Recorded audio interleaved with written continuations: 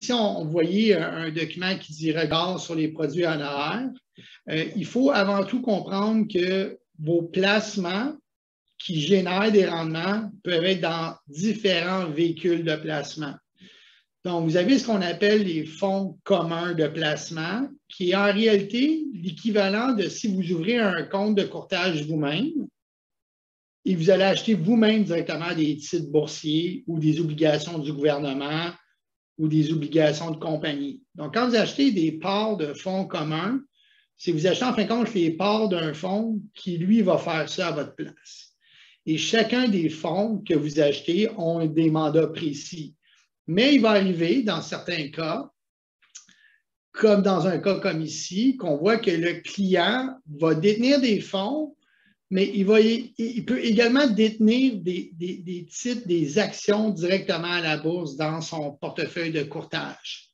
Donc, la grande différence, c'est que dans un cas, vous détenez directement les actifs boursiers ou les obligations à votre nom. Donc, le courtier doit les acheter, les vendre, les renégocier. Et dans un autre cas, vous avez des parts de fonds communs auxquels les gestionnaires à l'intérieur des fonds vont faire la gestion de ces placements-là sans que vous ayez directement les actifs à votre nom. Vous n'avez que les parts du fonds commun, qui est de l'argent qui est mis en commun.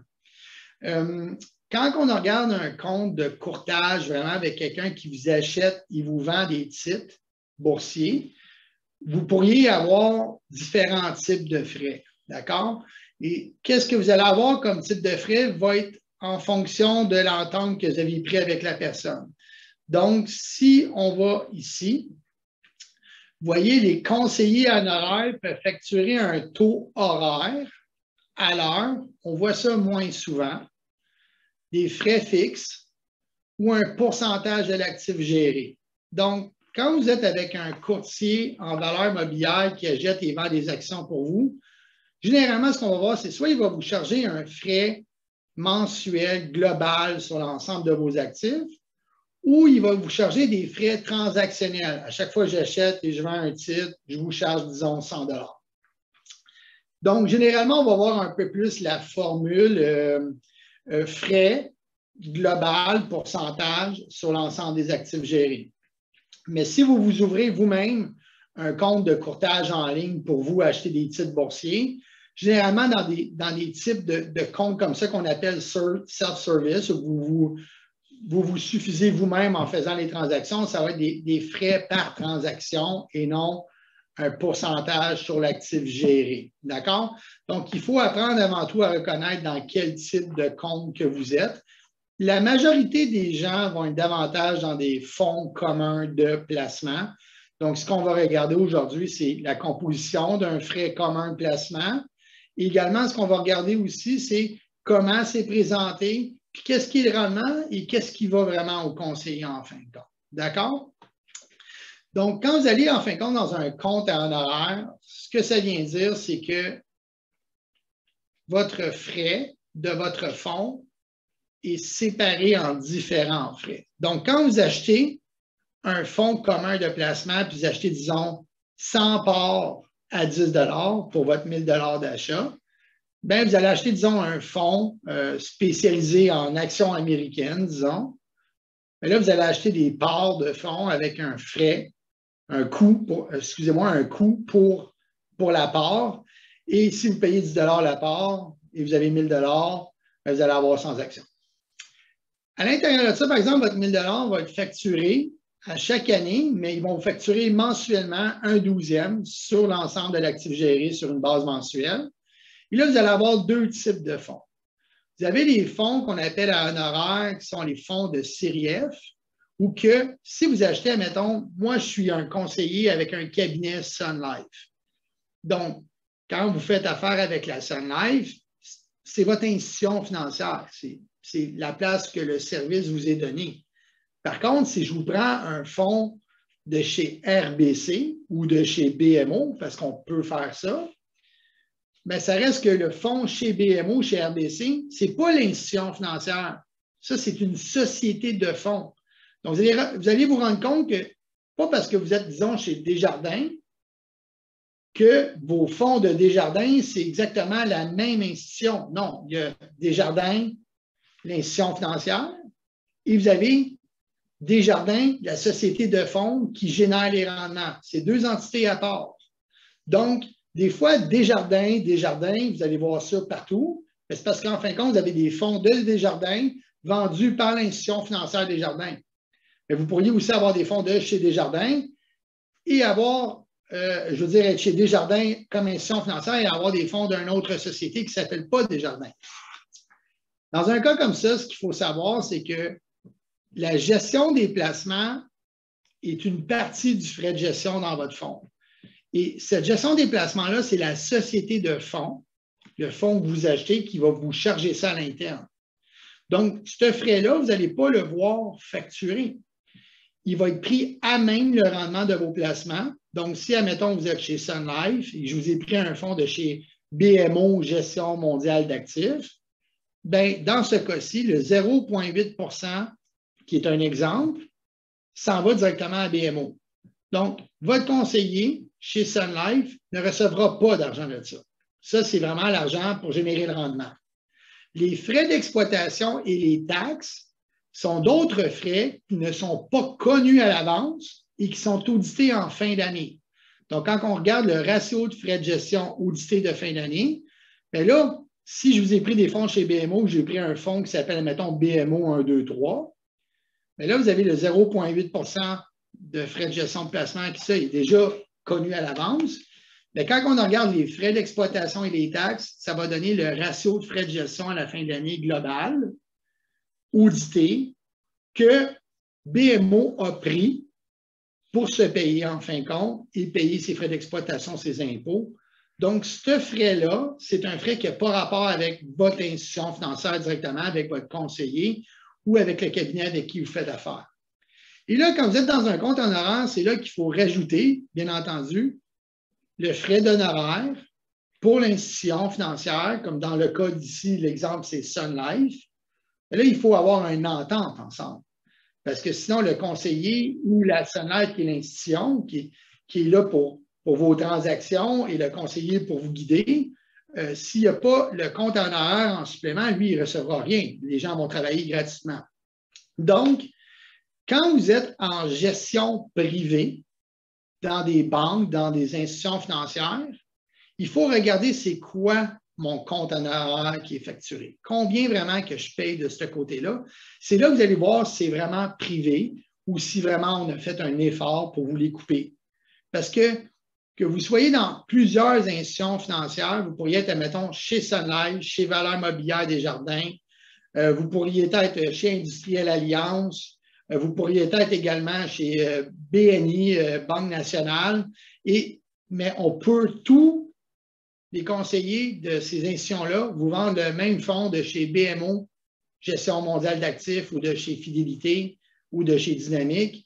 Donc, le frais de gestion du fonds en tant que tel ne changera pas d'une institution financière à l'autre.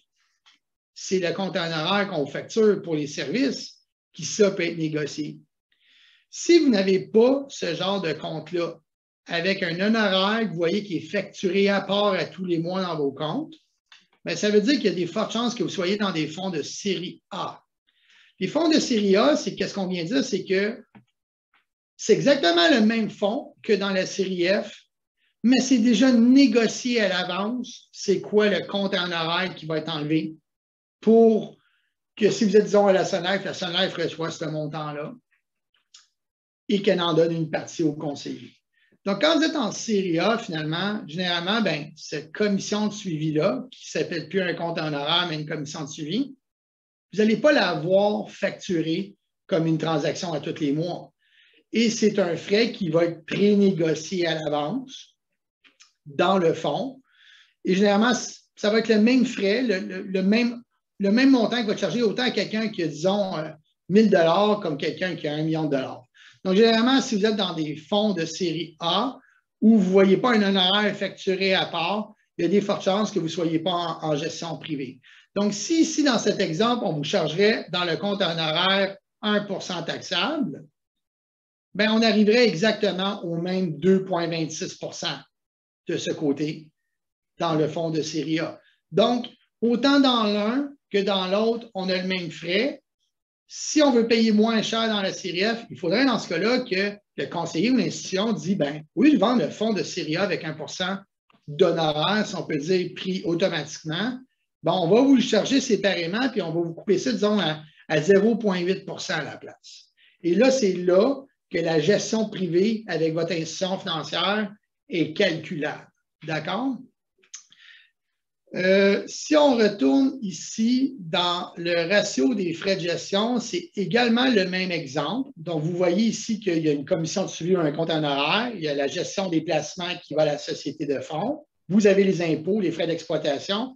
Mais cette commission de suivi-là, si on retourne ici, là, le 1% ou ce qui est négocié là, selon le volume, la qualité de votre conseiller dans son institution, il va recevoir soit de 1,5% jusqu'à, excusez-moi, il va recevoir 50% jusqu'à 80% en général, tout dépendant le type de conseiller qui va être. Donc, un conseiller qui a énormément d'actifs sous gestion va tendre plus proche du 80% en général.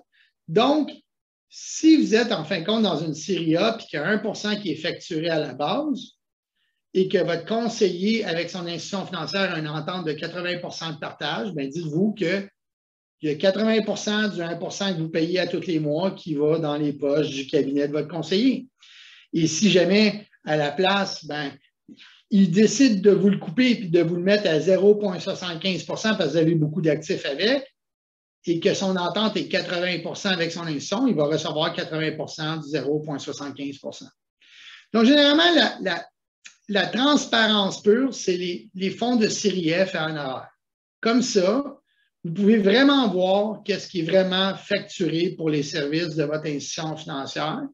Et c'est là que si vos frais sont très élevés, vous pourriez vous dire, ben, est-ce que vous faites vraiment le service? Est-ce que tu as vraiment une équipe? Est-ce que vous prenez le temps de m'appeler? Si la personne ne vous a pas appelé en 3 ans, ce qui est assez rare, là, mais que les frais d'honoraires sont, disons, à 1,25 ça commence à être beaucoup élevé si vous avez $1 million pour, disons, aucun appel en 3 ans.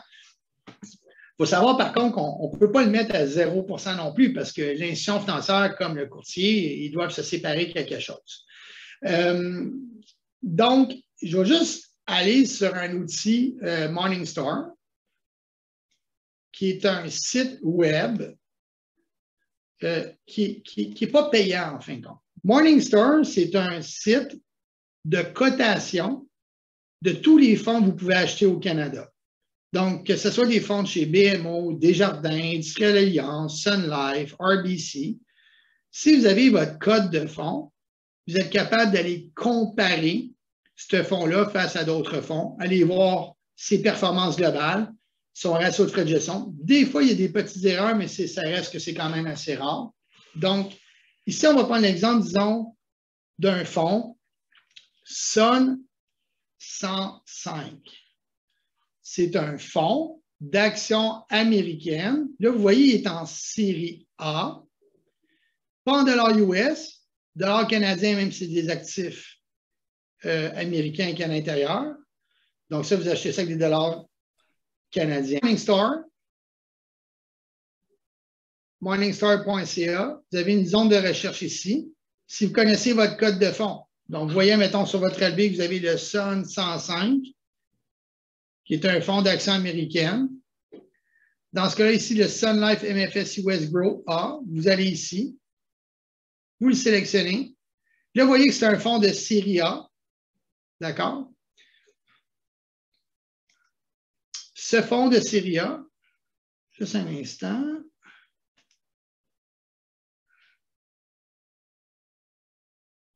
Ce fonds de série A, c'est exactement l'exemple que je vous ai donné ici. Donc, on va se rendre compte qu'il y a une commission de suivi qui est prénégociée. On retourne sur Morningstar, qui est une agence de cotation de fonds. Vous voyez ici, le ratio de frais de gestion de ce fonds-là est de 2,26 %. Donc, il est un peu élevé parce qu'il y a déjà la commission honoraire prénégociée de 1% qui renvoie, dans un cas comme ça, ils vont le renvoyer, disons, vous achetez ce fonds-là par Desjardins, ils envoient ça à Desjardins, la banque.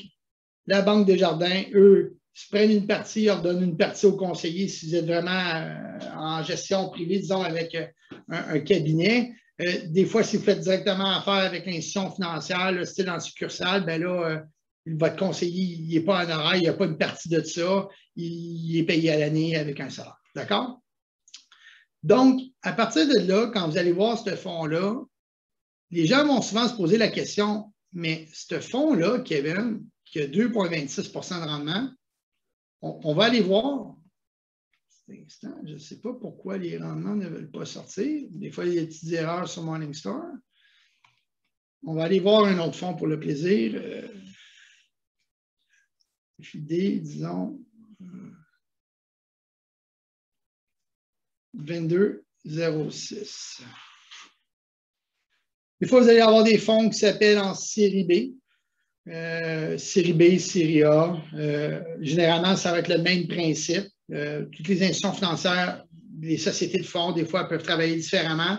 Mais vous voyez ici encore là, vous avez un frais de gestion qui dépasse les 2,28 %. Donc, quand vous allez dans ce type de fonds-là, vous voyez ici, ça, c'est les rendements depuis, disons, 5 ans. Ce fonds-là a fait un rendement de 11,13 % de rendement en moyenne par année. Donc, est-ce que ce rendement-là que vous voyez, je dois encore déduire ce frais de gestion-là? La réponse est non. Le frais de gestion, il est déjà déduit du rendement que vous voyez. Donc, si vous vous dites, est-ce que je dois en plus déduire ce frais-là? La réponse est non. Quand vous allez voir la performance du fonds ou quand vous regardez vos performances sur votre relevé au net, c'est net du frais de gestion. Donc, il ne faut pas aller tremper 2 fois là, dans Trempette. D'accord? Mais quand on prend le même type de fonds, là, vous voyez ici, il y a série B, on va aller voir le fonds en série F. D'accord? Donc, au lieu d'être le FID 2206, c'est le FID 2606 dans ce cas-là. Donc, vous allez voir, c'est le même fonds, un portefeuille de fonds en série F à la place. Donc, conséquemment, vous voyez, il y a 1 % taxable de commission en horaire. On en retourne ici.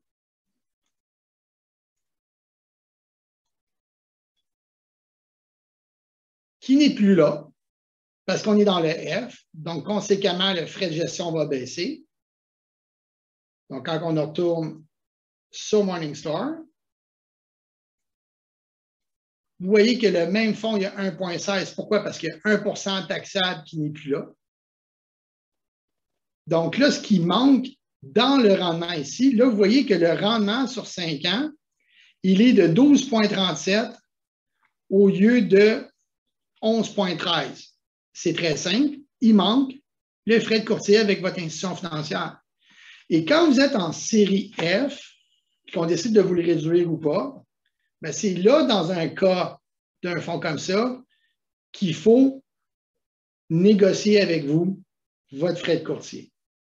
Et généralement, les gens ne paieront pas 1 % de frais de courtier sur des fonds avec vous si vous avez 1 million de placés. Généralement, ils vont faire un peu de travail parce que vous savez qu'un client ait 1 million ou qu'il ait 500 000, généralement, c'est sensiblement le même type de travail qu'il faut qu'on fasse. C'est sûr qu'on en fait plus au final sur quelqu'un qui a 1 million, même si on coupe parce qu'il y a des règles à respecter, il y a des montants qu'on est prêt à facturer, mais généralement, vous allez quand même payer moins en pourcentage. Si vous avez 1 million de dollars, j'espère que 500 000, tout simplement parce que le client ait un peu plus ou qu'il ait un peu moins, il y a des choses quand même qui sont les mêmes tâches à faire. Vous le savez, vous, en entreprise, que ce soit un plus gros client ou un plus petit client, quand c'est le temps de créer le compte du client, de faire la facturation. Une facturation de 1 million de dollars ou une facturation de 10 000, c'est la même facture qu'il faut envoyer, c'est juste le montant qui change. Donc, il y a quand même des choses qui ne prennent pas nécessairement beaucoup plus de temps, tout dépendant du type de cas. Donc, Kevin, oui? Est-ce que le site te permet de simuler un rendement en ajoutant ce 1 %-là, peut-être dans la version payante? Dans la version payante, il y a des versions sandbox qui peuvent être faites, en effet. mais pas dans une version comme ça. Dans une version comme ça, en fin de compte, dans un cas où vous êtes, disons, en série F, ben, dites-vous que ce n'est pas le bon fonds pour voir vraiment votre rendement parce qu'il manque votre frais de courtier. Donc, moi, quand je travaille souvent avec le client, je vais prendre le fonds avec le frais de courtier intégré à 1 %, d'accord? Puis si la personne est contente de ces rendements-là, bien, puis qu'elle, disons, elle me place $1 million, bien, en fin de compte, on sait que ces rendements vont être un peu plus élevés parce que je n'ai facturé pas 1 % taxable, vu qu'elle a beaucoup plus de placements. Donc, si elle suit, en fin de compte, ses fonds en série A, elle va se rendre compte que son rendement est un peu mieux dans ses vrais comptes à lui. Pourquoi? Bien, parce qu'il y a une réduction de frais de courtier qui a été faite. D'accord? Bonne question de ce côté. Donc, ce que j'ai fait, c'est que ce n'est pas toujours évident et c'est là que c'est compliqué. J'ai pris des exemples de frais de compte de différentes institutions financières que j'ai quand je rencontre avec des clients ou qu'on transfère. J'ai des clients aussi qui ont de l'argent également ailleurs. Je n'ai pas toujours 100 % des actifs du client pour un peu démystifier ça. Donc, ça, vous voyez, ça, c'est l'exemple d'un compte REER où que la personne elle a 573 000 en fin de période. Donc, la période, c'était au 24 août 2017, ça a été ouvert. On n'a pas la fin, mais ce n'est pas nécessairement important. Bon, il y a ses rendements. On ne s'attarde pas sur les rendements en ce moment. On voit la composition de son portefeuille. Et là, ce qu'on va voir... Oui. Excuse-moi, on est toujours sur Morningstar, là. Hein? Je ne sais pas pourquoi, mais mon partage en votre Zoom, il faut que je change de partage. Je ne suis pas capable de faire mon partage juste comme cet écran-là est tout le temps en partage. Il faut vraiment que j'aille en partage et je bouge le document, c'est spécial. Fait qu'excusez-moi, c'est bon de me le rappeler, OK? Parce qu'habituellement, je fais juste changer dans l'écran, j'ouvre le PDF, quoi que ce soit, c'est cet écran-là que je partage, mais là, on dirait que je partage les documents dans la fonction Zoom. Donc, vous voyez ici, c'est un compte d'un client qui a 573 000 ça, c'est un portefeuille qu'il y a chez la Banque nationale. Donc, vous voyez, là, il y a différents types de fonds qui ont été pris pour composer son 573. Donc, vous voyez ici, il y a des codes de fonds. NBC 237. Donc, là, ce que vous pourriez faire dans un cas comme ça, vous pourriez dire, est-ce que je suis capable de le tracker sur Morningstar? NBC 237. Je ne suis pas capable de le tracker sur Morningstar. Ça, des fois, ça arrive parce que dans un cas comme ça, c'est des fonds maison. Donc, quand vous voulez comparer vraiment vos performances et vos frais, c'est toujours difficile de le faire quand vous êtes avec des fonds maison d'une institution financière que personne d'autre ne peut vendre à part eux.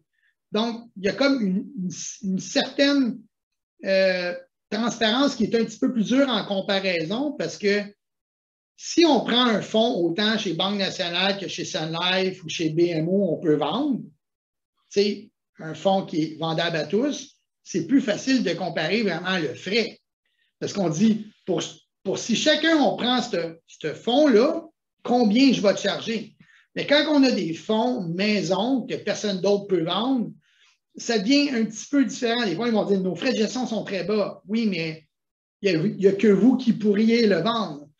Et si vos frais de gestion sont très bas, bien, en fin de compte, vous allez vous rendre compte qu'au final, c'est le rendement net qui est important du frais de gestion. Mais s'il n'y a que vous qui pouvez le vendre, bien, on n'est pas nécessairement dans un esprit autant de compétition. Tandis que si on peut prendre chacun le même fonds, chaque institution financière, comme dans l'exemple de mon fidélité FID 2606, si vous trois, vous me le vendez, lequel va me vendre le moins cher? Là, c'est là que vous allez vous rendre compte que oui, il y a des gestions privées qui sont plus généreuses que d'autres. Dans un cas comme ça, ici, on pourrait aller tout simplement sur Internet, aller tracker le rendement de ce fonds-là. Ce qu'on voit dans un exemple comme ça, c'est que chacun des fonds a sa performance, mais vous voyez ici, il y a un honoraire de service qui est facturé. Donc, on voit qu'il y a 23,78 au net qui a été facturé, mais en réalité, c'est un 27,34 qu'on enlève aux clients. Puis du 27,34, bien, il y a des taxes, parce que quand vous engagez une institution financière, pour générer du rendement, c'est un frais de service, donc c'est taxable. Les taxes, on ne se les garde pas, on leur donne au gouvernement. Mais si votre fonds est détenu dans votre compagnie opérante, qui n'est pas nécessairement l'idéal parce que cet argent-là est à risque, puis que vous avez un compte de TPS-TVQ, bien, techniquement, vous avez de la TPS-TVQ ici. Là. Donc, ça va dans votre rapport de TPS-TVQ. Mais quand vous êtes, en fin de compte, dans une compagnie de gestion avec vos placements ou dans un REER ou dans un CELI ou dans un compte ouvert personnellement, bien, c'est sûr que là, la TPS-TVQ, vous n'allez pas faire un rapport de TPS-TVQ pour récupérer de la TPS de l'autre côté. Ce que j'aime avec les comptes honoraires, c'est que votre frais d'honoraires est clairement ciblé. Et si vous êtes dans un compte ouvert personnel ou dans un compte d'entreprise pour votre argent investi, pas un REER, pas un CELI, ce frais-là, il est déductible à l'encontre des revenus de placement. Donc ça devient intéressant. Parce que si votre argent, finalement, elle est cachée dans un compte comme ça de commission de suivi, puis qu'il n'y a pas de transparence, où vous n'avez pas la possibilité au moins une fois par année, au 31 décembre, de cibler ce montant-là, bien, comment vous allez faire pour le déduire? Parce que le compte en honoraire ou la commission de suivi ici, elle est déductible. Mais c'est le compte en honoraire qui est réellement déductible parce qu'il est ciblé séparément. Mais la gestion des placements, les frais d'exploitation, les taxes, ce frais-là n'est pas déductible. Mais vous ne pouvez pas le déduire dans un compte REER ou un compte CELI parce qu'il y a déjà des avantages fiscaux que le gouvernement vous a été donné là-dessus. Donc, ici, je trouve que c'est un exemple chez Banque nationale où on voit clairement le frais d'honoraire qui est facturé. Donc, ici, en fin de compte, on se rend compte que sur un trimestre, il y a 27,34 qui a été facturé, mais avant taxe, 23,78 sur un montant de 3 636. Donc, qu'est-ce qu'on peut faire rapidement? On prend le 23,78 $, on le divise sur 3 636, ça nous donne 0,0065. C'est un trimestre, ça, donc on fait x4. Fait que, grosso modo, on voit que dans ce cas-là, il y a 2,6 % de frais.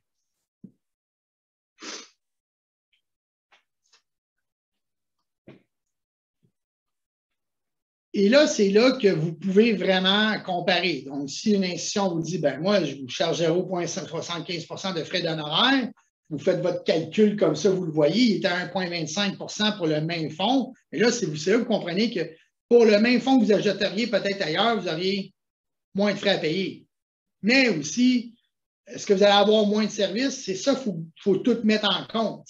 Si ce cabinet-là, disons, vous avez de la planification fiscale, ça de ce côté, d'autres services, bien là, c'est à prendre en compte, d'accord?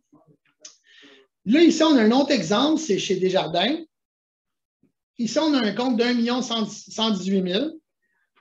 Et ça, c'est une façon que j'aime un peu moins que ça soit présenté parce que eux, de la manière qu'ils fonctionnent, c'est. Et là, on parle vraiment des portefeuilles Chorus, qui sont vraiment des fonds encore Maison Desjardins, qui ne peuvent pas se vendre par d'autres courtiers de d'autres institutions.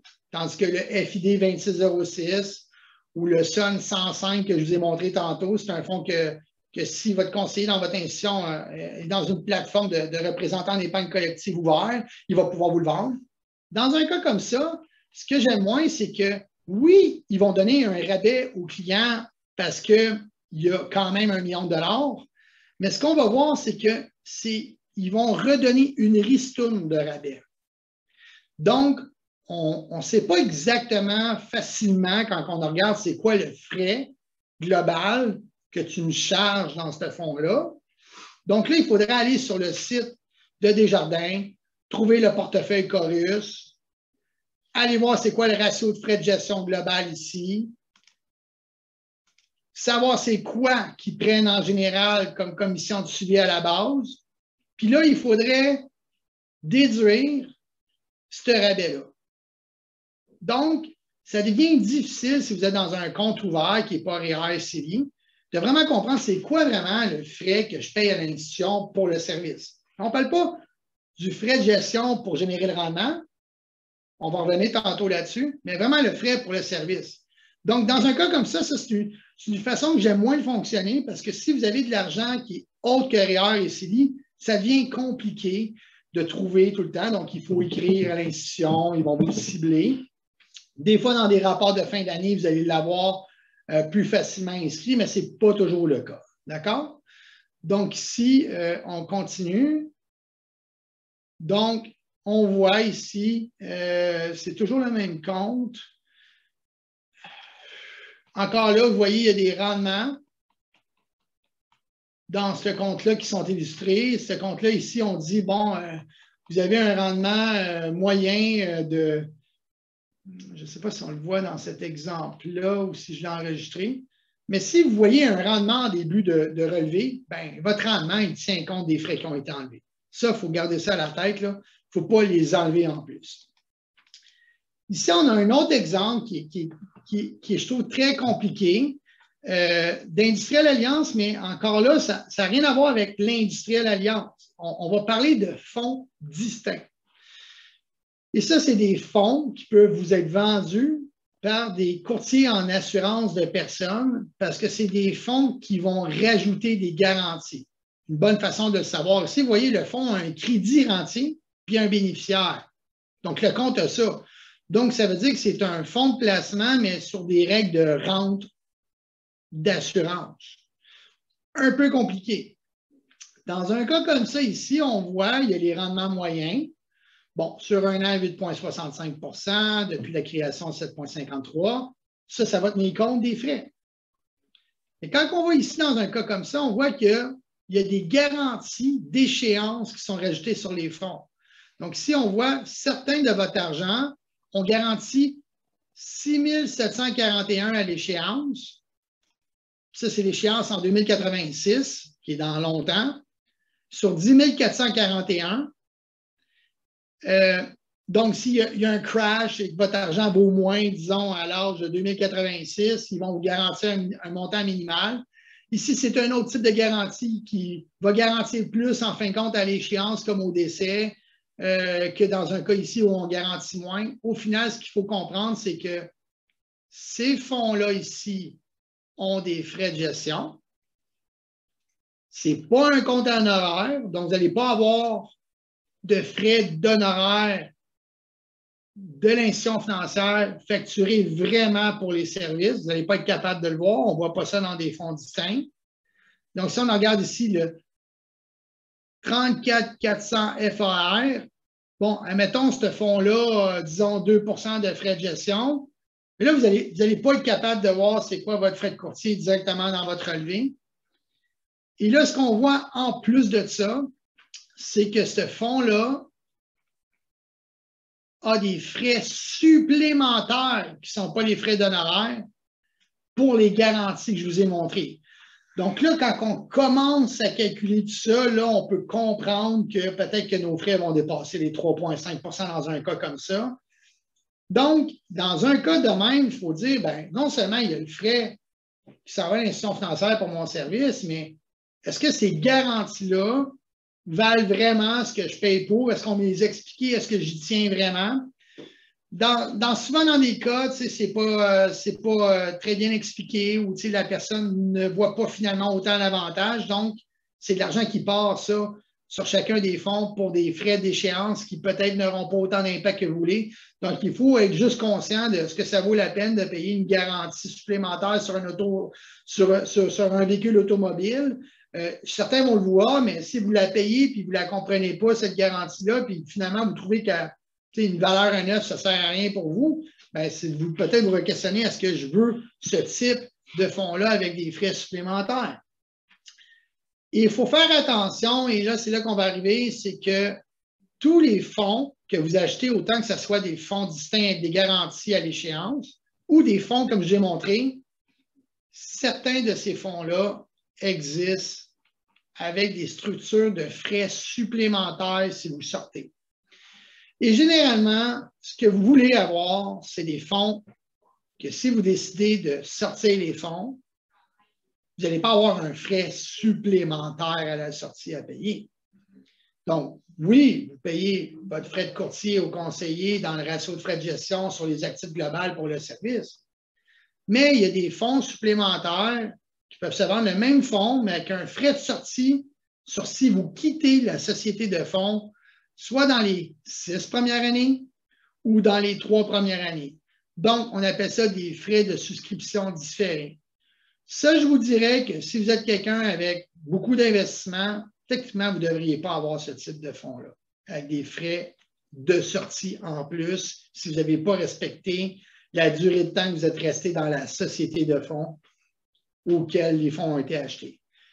Ces frais-là, à la base, existent sur si un client vient vous voir, il y a 25 000 de placement à placer seulement, vous offrez du gros service, bien, vous voulez être sûr que c'est moindrement rentable vos activités pour lui. Bien là, vous lui expliquez que vous allez y mettre un frais de sortie. Donc, s'il quitte dans les 6 prochaines années ou il quitte après 2 ans, au moins, vous avez reçu comme conseiller une commission supplémentaire pour votre service que vous avez déjà fait à la base. Puis s'il quitte, bien, au moins, vous avez été mieux rémunéré. Donc, c'est pour ça que la société de fonds va mettre un frais de sortie à la fin au client pour que s'il quitte rapidement, bien, le client va avoir un frais à payer parce que la société de fonds a payé une commission supplémentaire au conseiller. Mais dans un cas où quelqu'un a un million de placements, c'est difficile de voir pourquoi il y aurait ce type de frais-là de ce côté. Donc, heureusement ou malheureusement, ces frais-là existent, peut-être des fois dans les bonnes raisons, mais souvent, on va voir des gens avec des montants élevés avec des frais de sortie. Et quand vous avez des frais de sortie sur vos fonds, dans ce cas-là, ça veut dire que vous n'êtes vraiment pas dans une série F à honoraire. Parce qu'une série F à honoraire, ça n'existe pas des frais de sortie. Donc, si vous avez des frais de sortie sur vos fonds, bien, non seulement vous avez des frais de sortie sur vos fonds, mais sachez que ce fonds-là, vous n'avez aucun discount de votre société, de votre institution financière dessus. D'accord? Je vais reprendre des exemples de frais encore que je parlais. Vous voyez ici, ça, c'est l'exemple d'un compte d'un client qui a 777 000 $. Et là, vous voyez, il y a le portefeuille croissance mondiale qu'on a vu tantôt. Et vous voyez ici, P2. Donc, ça veut dire que même si, admettons, moi, comme conseiller, j'aurais eu une entente préférentielle pour baisser les frais de mon client, des fois, certaines sociétés de fonds vont dire, vu que tu en as beaucoup d'investis dans le fonds chez Fidélité, donc la société de fonds Fidélité va dire, dans cet exemple-là, excusez-moi si je l'ai allé, tu sais, là, notre 0,8 de gestion de placement qu'on charge pour tout le monde qui n'a pas rapport avec ton conseiller, bon, on va décider, nous, de notre plein gré, comme société de fonds, Fidélité, ou BMO, gestion mondiale d'actifs, ou placement mondial Sonnet, de réduire également ce fonds-là. Donc là, dans un cas comme ça, ce qu'on voit, dans un exemple de même, c'est que ce client-là a non seulement des frais plus bas dans les fonds de la société de fonds que le conseiller a pris, parce qu'il en détient assurément 777 000 dans ce cas-là, de ce fonds-là. Et dans un cas ici, on va voir que même si la société de fonds a déjà réduit, vous allez voir ici quand même les honoraires, les retraits avec honoraires. Donc, dans un cas comme ça, on voit ici, disons, qu'au mois d'avril, attendez un instant, on va aller voir juste ici. Ça, c'est au 31 décembre 2020. Donc, on va aller voir le mois de décembre 2020. On voit ici qu'il y a un honoraire approximativement de 46,55 $46,55 qui a été facturé, 46,55 sur environ 777 000. Ça donne un pourcentage. C'est un frais par mois, ça, donc on va faire x12 pour faire ça rapidement. On voit dans un cas comme ça que la commission du courtier avec, dans un cas comme ça, sans les taxes, parce que les taxes ici, on voit qu'ils n'ont pas été facturées, ils sont facturés à part. Donc, un petit instant, je n'ai pas pris le bon, excusez-moi, il fallait que je prenne le chiffre ici. Donc, on a 310 $ sur 777 000 $, on fait x12. On voit que le frais du courtier, il n'est pas loin de 1,5 %. Donc, ça veut dire que si on retourne dans un exemple tantôt, ici, quand on regarde ce fonds-là, le conseiller, il a fait un fonds de série F au lieu de série B. Fidélité a décidé de réduire ce frais-là parce qu'on voit qu'il est en P2. Puis la commission de courtier qui a été chargée au client et au lieu d'1 % comme dans le série B, 1,5 % qui a rajouté en honoraire ici. Donc là, on peut vraiment voir qu'il y a eu du travail autant de la société de fonds et du conseiller et de l'institution financière pour réduire les frais parce que le client a un compte de 777 000 dans cet exemple-là. Il y a plusieurs raisons des fois qu'une institution peut vous le baisser. Des fois, c'est parce que vous avez d'autres services avec eux dans un ensemble également. Donc, vous voyez ici, là, j'avais pris le temps aussi de garder ça. Ce qui est intéressant, ça, si on retourne dans le portefeuille de ce client-là, ultimement, il a investi de l'argent dans le fonds en série F.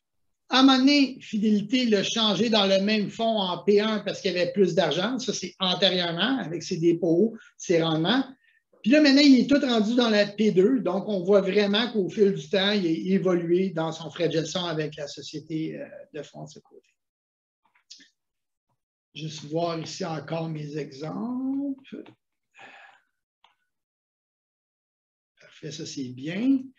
Ici, on a un compte de courtage que je trouve intéressant chez Valeurs Mobilières. Ce n'est pas nécessairement un compte donc, vous voyez, on avait un relevé tantôt d'une division des jardins. Là, on en a un autre qui est Valeurs Mobilières des jardins. Puis là, je trouve que ce compte-là, il est très transparent. Il est très facile de savoir ce qu'on a. Parce que quand on regarde le compte de ce client-là, on voit directement les codes de fonds qu'il détient. Donc, il détient 25 583 $ du FID 531. Donc, je peux prendre FID 531, aller sur Morningstar, puis voir c'est quoi ce fonds-là. C'est quoi vraiment le frais de gestion de ce fonds-là. Et quand on retourne par la suite un peu plus loin, on voit dans ce compte-là du client clairement les honoraires facturés. Donc, dans une même institution financière, à la base qui est Desjardins, il y a des divisions, Valeurs Mobilières Desjardins. L'autre, mettons, ça peut être Desjardins plus succursale. Mais dans un cas, on voit clairement les honoraires, les taxes, frais déductibles, tout ça de ce côté. On peut le calculer. Puis on voit aussi que les fonds chez Desjardins, c'est des fonds que n'importe quel conseiller peut offrir. Donc, des fonds que même si vous bougez d'une institution à une autre, si vous allez dans une autre institution qui a une bonne plateforme avec le conseiller, il peut conserver ces fonds-là tels quels de ce côté. Donc, ce n'est pas très évident, mais il faut comprendre un peu plus, puis être capable de les cibler, puis savoir la différence. Je vais par la suite juste refaire un autre changement de partage d'écran. On retourne ici. On retourne également ici. Souvent, les gens vont dire, oui, mais le frais de gestion du fonds est élevé. Je comprends. Il peut être plus élevé pour plusieurs raisons. On ne parle pas du frais de l'institution pour le service, mais le frais du fonds. Souvent, j'aime bien prendre deux exemples. Ici, je vais prendre le DIN 245. Petit instant, des fois, il ne veut pas sortir. Power Dynamic. Power American.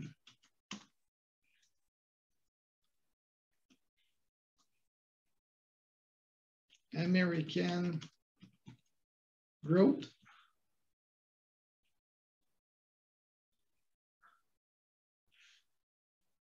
On va le voir ici vite, vite. Je suis sûr que j'ai la bonne série.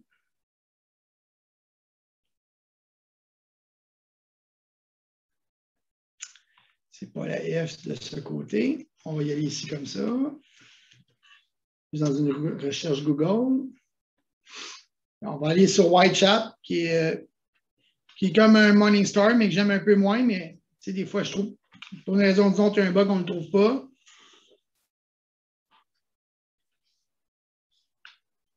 On voit ici là, le ratio de frais de gestion de ce fonds-là en série F, il est à 1,77 %. Parfait. Donc, c'est un frais qui est quand même élevé. Si on compare à un 0,5 % ou un 0,75 % de frais de gestion, parce que ce 1,77 $-là n'a même pas encore la commission du courtier, là, le compte en honoraire. Par contre, si on prend le Sun 405, disons,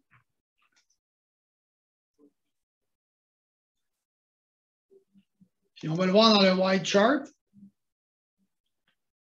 son frais de gestion il est de 1,10 %. Donc, le fonds Sun Life MFS US, qui est des actifs US, coûte 0,67 % de moins sur les actifs que l'autre. Ça ne veut rien dire. Parce qu'au final, ce qu'on veut voir, c'est le rendement moyen global.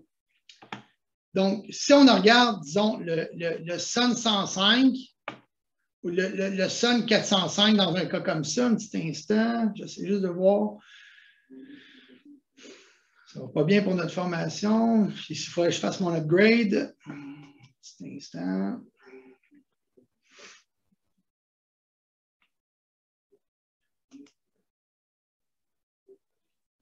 Je vais essayer de le trouver sur Morningstar, mon IN 245.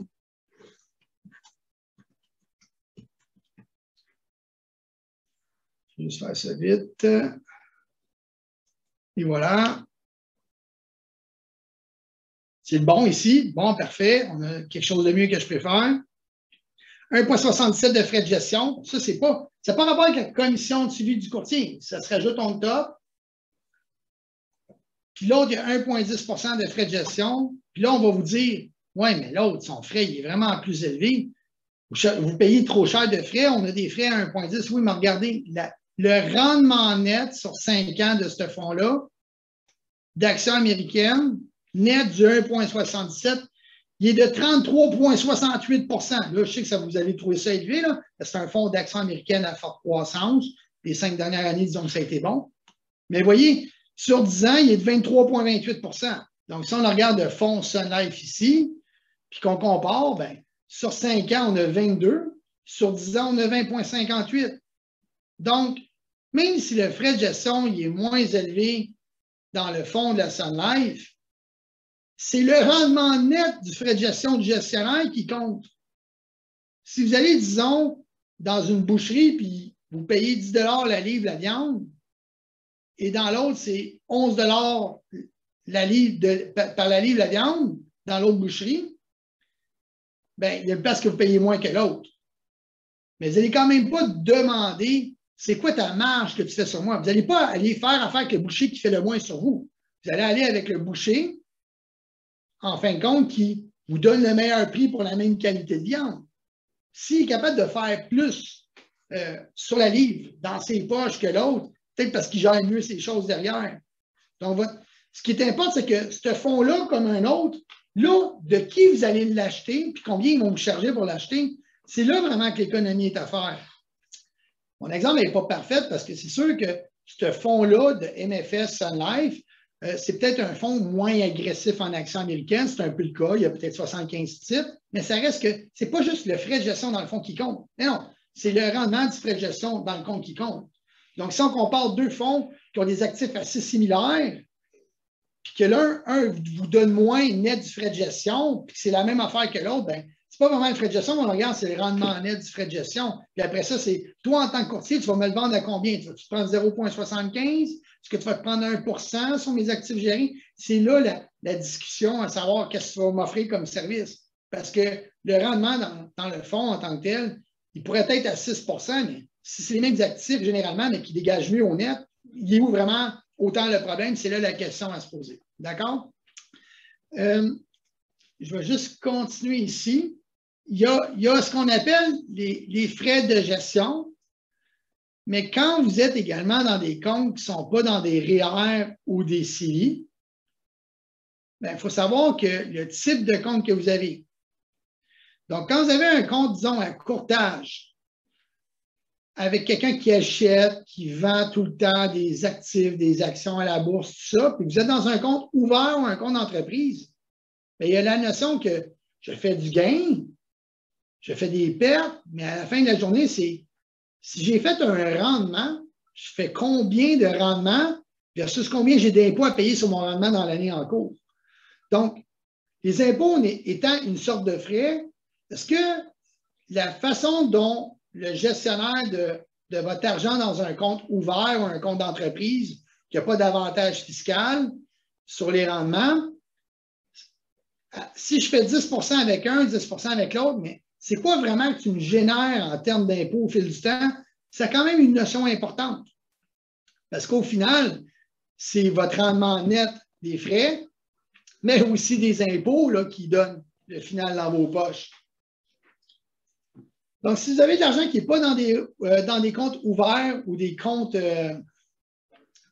si vous avez de l'argent qui est dans des comptes ouverts ou des comptes d'entreprise, c'est important de savoir aussi si vous avez des placements qui sont efficients au plan fiscal. Donc, si on retourne ici avec le portefeuille que je vous ai montré tantôt, le portefeuille de croissance mondiale, FID 2206, vous vous rappelez, il donnait un rendement moyen, je crois, d'environ 11 par année depuis 5 ans. Bon, on voit ici que si quelqu'un a 1 million de dollars dans un fonds comme ça, ses distributions dans un fonds, c'est un fonds qui essaye de contrôler et reporter les impôts. Ce fonds-là va avoir créé beaucoup plus de gains en capital à la sortie, qui est beaucoup moins imposable que, disons, des dividendes canadiens. Mais aussi, il va vous créer peut-être, vu qu'il crée beaucoup plus de gains en capital à la sortie plus tard, il va vous générer moins d'impôts à chaque année. Donc, si vous faites 10 de rendement par année, mais que sur votre 10 il y a juste 1 qui a des impôts immédiats, puis le reste, c'est du 9 de gains en capital reportés, qui va être moins imposé à la sortie plus tard qu'un revenu de dividende canadien ou d'intérêt, bien, au final, au net, tout se compte également. Donc, je ne veux pas passer énormément plus de temps aujourd'hui sur les frais de gestion.